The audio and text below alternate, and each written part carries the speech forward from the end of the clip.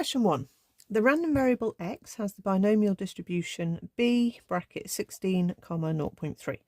Showing your calculation, find the probability x equals 7. So what this means is that there are 16 trials. So the first number in the bracket is the number of trials.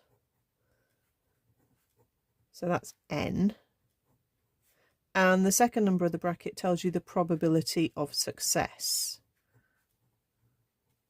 So you've got an event that you're repeating 16 times. The chance of a success is 0.3, and the question is asking us to find the probability that there were 7 successes out of 16.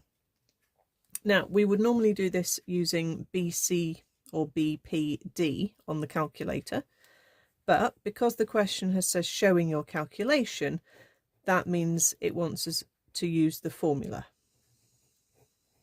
Okay.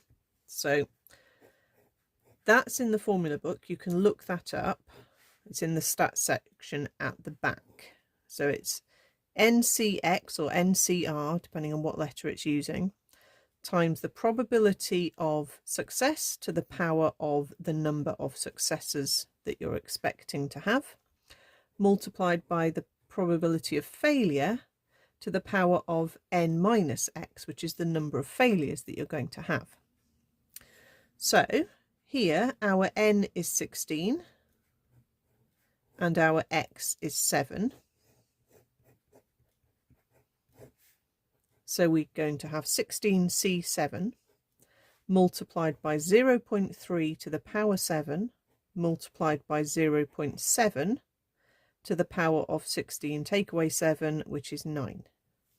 Okay, so the NCR function, make sure you know where that is on your calculator.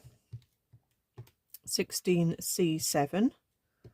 That gives you basically the number of routes through the probability tree diagram if you had the tree diagram, which would be enormous, obviously, multiplied by the probability of one route through the tree diagram, which is to have 7 successes and 9 failures.